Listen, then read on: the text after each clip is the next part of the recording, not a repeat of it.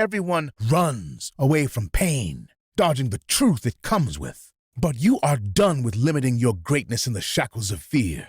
You see fuel in the fire. You taste ripe fruit in real answers. You move to the drums with wild expression. Enter From Pain to Gain, the podcast about identifying pain so you can ultimately gain health and wealth. Because without identifying a mountain, how can you climb it?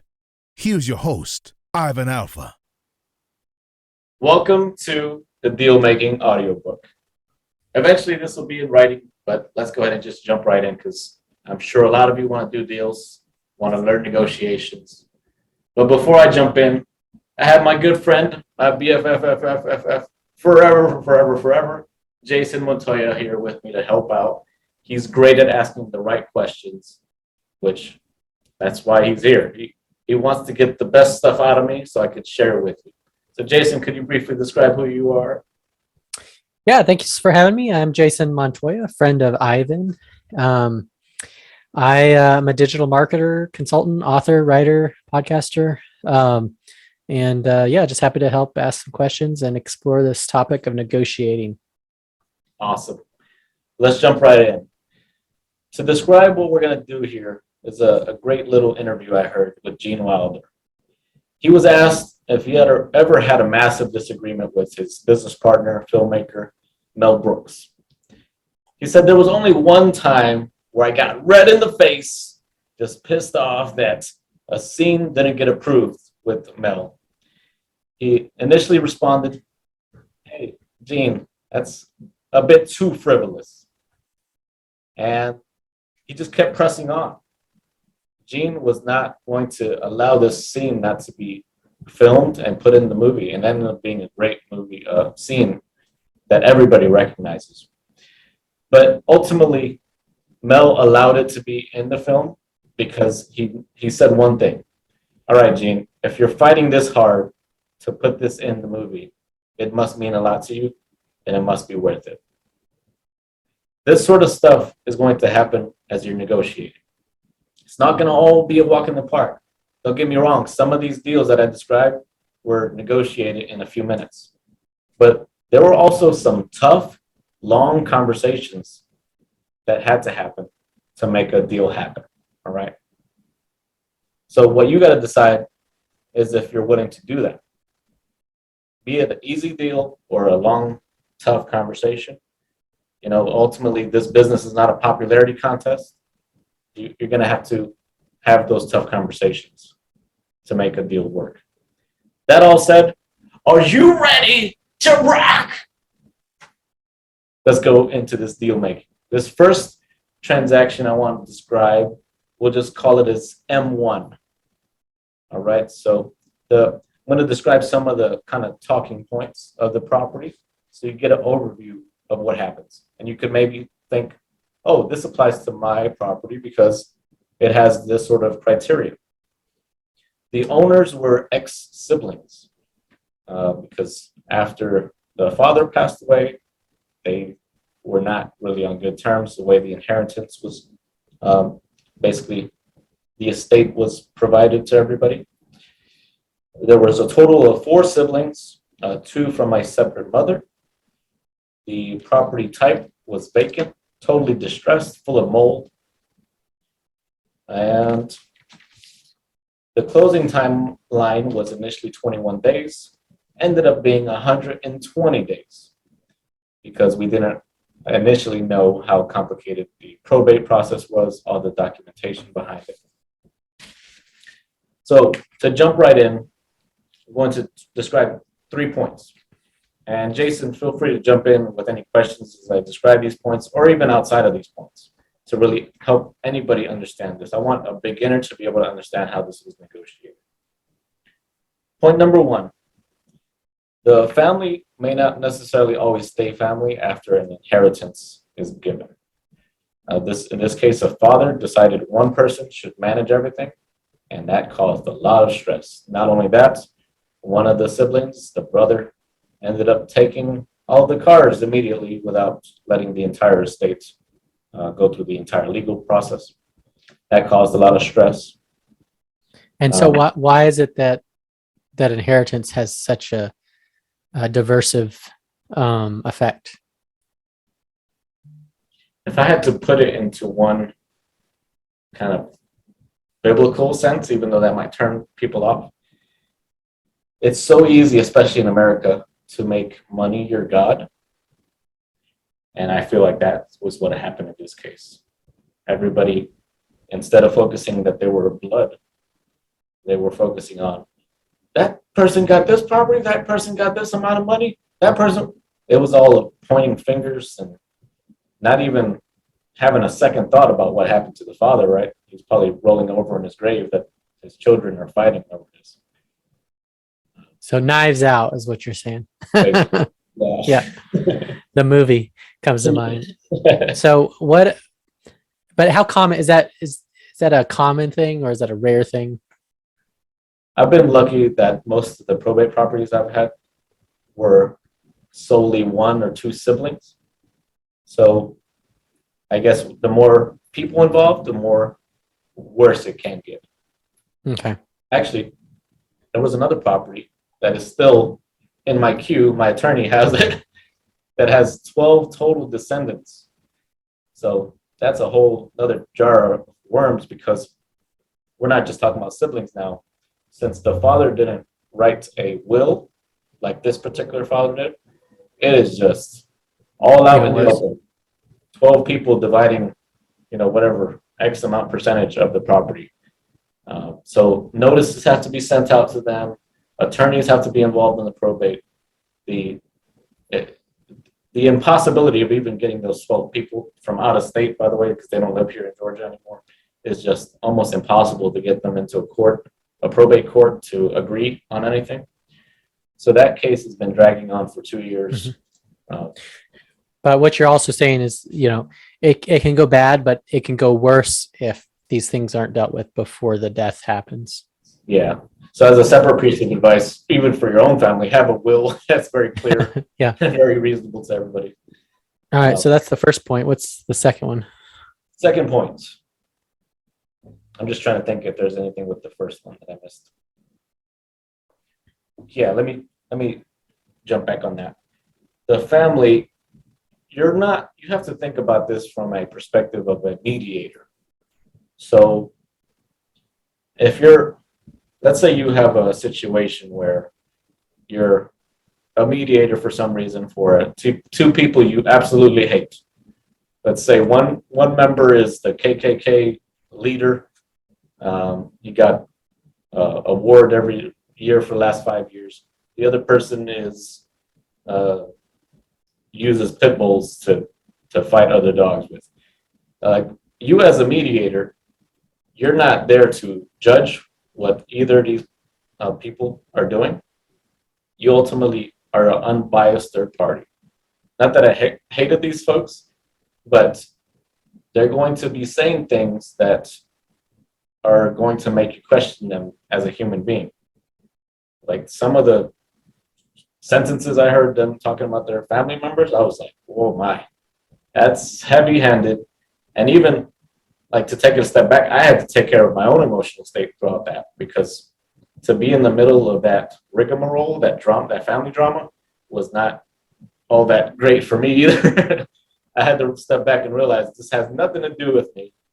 I'm just an unbiased third party getting them to all sign one document stating, you'll get this amount of money, you'll get that amount of money. Ultimately, it ended up being 25% for all four of them, which took even a long time of negotiations. But ultimately, I was able to convince them by telling them, hey, it's 100% of zero or 100% of something. So just agree to that at least. Yeah. What also helped me to negotiate that was the kind of person that was left in charge of the estate was also left with other property. So this was not the end of the road for her. I think there was even 40 acres that she still had that she could sell later. So that helped her to convince to get a equal share too, because initially she wanted like 75% of it. All right, so that's number one. Number two, on the day of closing, the closing property taxes, the prorations for it, turned out to something like $800. And I'm pretty sure it was agreed upon that this was something that the sellers would pay the proration. It's reasonable here in Georgia to pay whatever. Like if you owned it to June, you pay half of the year of prorated taxes. But the main person of that kind of estate was like, I am not doing any of that, which whatever it was, 800 divided by 4 was something like, I don't know, $200 or something. And she wanted the other siblings to cover that, and even asked me to cover that on the day of closing. When it was pretty clear this is standard fare, you're making tens of thousands of dollars, but you're going to kill a deal over $200. So this is another part of kind of the anger, the wanting to act out, wanting to swipe somebody on the way out. That was not that great on me either. I'm glad to say though, I didn't react. And this is a great tip. Don't react when you're feeling like this is going off away, the way they're treating their siblings, the way they're, talking about their father, how he was as a person. Like, don't take that into your soul. Instead, just be more logical. In this case, I had to take out my fangs on the day of closing.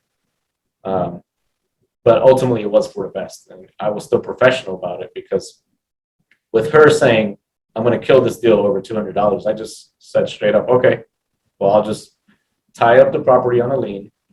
And because I have a contract and you didn't follow through on the contract, and you're not going to get any money for probably years until this lawsuit is resolved. And I didn't want to be that guy to threaten legal-ish, consequences. But that was logical. And it ultimately needs to be done for us to sign on that day. And just to talk about that timeline a little bit leading up to closing, I did have to, coordinate the different 4 folks to go to UPS, get a document notarized. One of them 2 of them lived here, so I actually went ahead and notarized them in person. So I did run around a little bit to get the deal done too. So that's to say also, don't, especially if you got your numbers right, don't put any work like above you. Like, I can't be going around having people sign documents. I need to be getting more deals in. No, there's things you got to do to get deals done. And that's one of the things I had to do, especially with how much rapport I built with them. That's another key piece. I built rapport of being that guy that's calm all the time, as opposed to the guy that's running around with his head cut off. Yeah. Point number 3. In the middle of this, I managed 12 sales associates, which one of them was supposed to take the lead on this, but didn't quite know everything to do. So there's 2 points here. I should have trained them better, having a procedure, standard operating procedures, knowing when to bring me in, because this deal could have actually fell through the cracks if we didn't have like a huddle, a morning huddle, because they were starting to lose patience. Keep in mind, this was 21 days it was supposed to have closed. And then number 2, I noticed, even the mentors of mine had told me that when you're managing people, the maximum amount you want to be managing at a time is 4. And I was doing 12. I was pretty ineffective as a manager back then. So that's 2 tips on that point 3. And that's kind of the main points I wanted to cover on that particular deal. So what was the outcome of the deal? It did end up very profitable. It was a little bit of a rigmarole, and it was stressful in the midst of it. But ultimately, cooler heads win the deal, and that's what I employed on that. So when you talk about negotiating, was it simply the primary aim of the negotiations of this was getting the family to be less emotional and more rational, more process oriented and less reactionary. Is that the essence of what the negotiation was about? Yeah. And it was really also about getting them to the next step. Okay. That's also part of sales 101. You don't want to tell somebody, oh, you got a probate process. We need to file this paperwork. Then we got to make sure the attorney gets this paperwork. Then we got to make sure the seller information sheet is filled out. And you don't want to send that all in one email because that'll be terrifying. And that'll just lead to inaction for any particular seller or anybody really you're dealing with in sales. So metaphorically, you had a family, they were in a room, all of them had guns pointed at each other, and you were there to tell them to put the guns down and have a cup of tea together. Yes, at least for a little while. And once the deal was done, were there any regrets? Anybody that felt, did everyone feel like it was fair? Did people feel like they were taken advantage of? How did the post deal sentiment, how did that play out? It wasn't really that much drama afterwards. Everybody just kind of got their money and ran away. Yeah. What me as a Christian was hurtful about, because I'm sure you do this, Jason. When you see somebody in pain, when you see somebody kind of acting out, you want the best for them, right? And I noticed when I was in a period of acting out and stuff like this, it was because I didn't forgive somebody. And I noticed that's what that primary person was doing. And I, 3 days after closing, I said, hey, all this angst you have towards your siblings, be them from another mother in some cases or not, that's hurting you.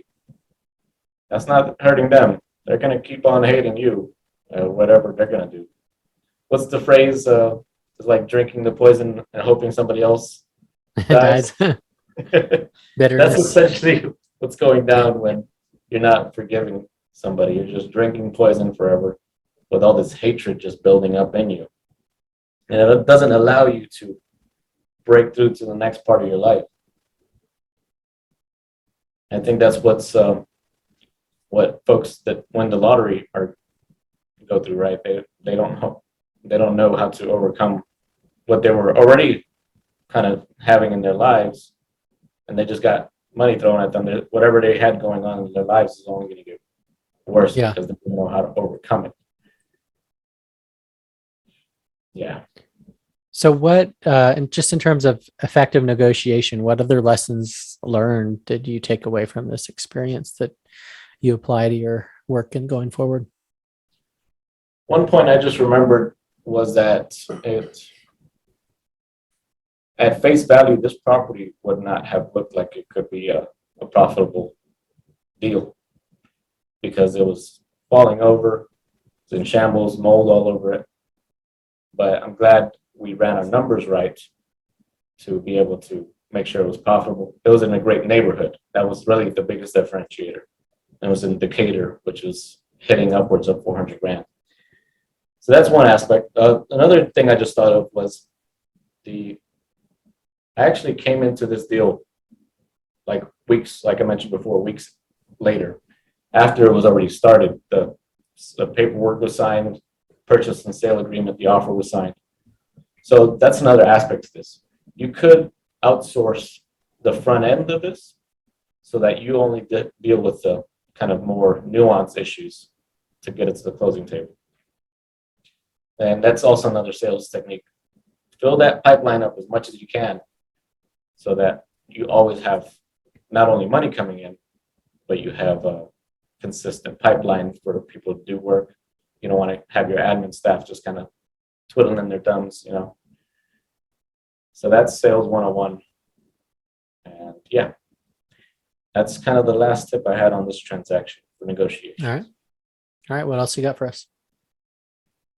Well, I'm actually limiting this to one episode out of the 22. So I just So want you're going to make people wait for the next story? Can you give them a tease? Incarnation? Can you give them a little tease of what's to come? I'll give them a little tease. So this was more of the tough one. I wanted to start off tough, but I've had negotiations happen where I was literally texting for 5 minutes and I got a 40 grand price reduction on a property. Yeah. So that can be as easy as that. It's not always like you gotta go through this rigmarole. Okay. Yeah. So that's one of the this upcoming ones. yeah. So you're this is one of you said 22 stories you're going to share. Yeah. Oh, that's a good point. So the reason I have 22 as opposed to the 70 plus deals I've done over the years is that ultimately I noticed there was patterns. So if you, I like kind of handpicked 22 of them because I just kind of repeat that. Whenever I see that principle, that sales thing coming into effect, I just pull it from my arsenal, which I want you to do as the person watching or listening to this, to be able to use it on whatever deal you're trying to make work. Okay.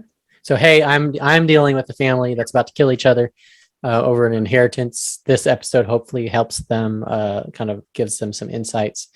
And then these other episodes will do the same. And the idea for you is that you want to compose all of these into a written form that they can essentially there's a book that they can reference and read either ad hoc or ahead of time, right? Yeah. So for example, the next episode on the text messaging would be, I can't get them on the phone. What is the right form and order of the words to get them back interested again? How can I get them not only interested, but also sign a price reduction over text message? All right. So do you want to recap this first one, the quick lessons you learned and quick tip, maybe give it quick tips. Hey, this is a situation you're dealing with. Here are some quick tips to keep in mind. Why would I do that, Jason? I wanted to go get a cheeseburger, man. Well, our audience, they have high demands, high standards. Point one, family may not stay family when inheritance is in the picture. At the end, point two, at the end of the day, it could get closed, but you might have to threaten legal action. Okay. It's really logical if they don't want to deal with the consequences. Point three, sales associates, make sure you're not dealing with more than 4 at a time, or even really that applies to any sort of employees under your contract. Yeah. You'll be ineffective. Point four was, I think, around more so you could have the front end delegated to bring in the pipeline if you get those procedures documented right. But you should only be dealing with the hard issues as the CEO, whatever you want to be in your company. All right. Thanks, y'all. That was awesome. Sounds good. And thank you, Jason, for the great questions. Yeah, you're welcome. Before we end, I want to challenge everybody listening. If you have the courage to ask the great questions like Jason just asked, and want to jump on a Zoom with me, especially folks that are beginners or novices, intermediates, I want to be able to make this more interactive, because only if you ask the questions, the right questions like Jason just did, could I be most effective in sharing this knowledge. So if you want to apply to be a question asker, just write in the comments below and your qualifications for that. And maybe you'll be joining me on the Zoom next time. All right. Thanks, y'all. Episode sponsored by Commonwealk, a real estate company dedicated to affordable housing investment. To learn more, visit commonwalk.com.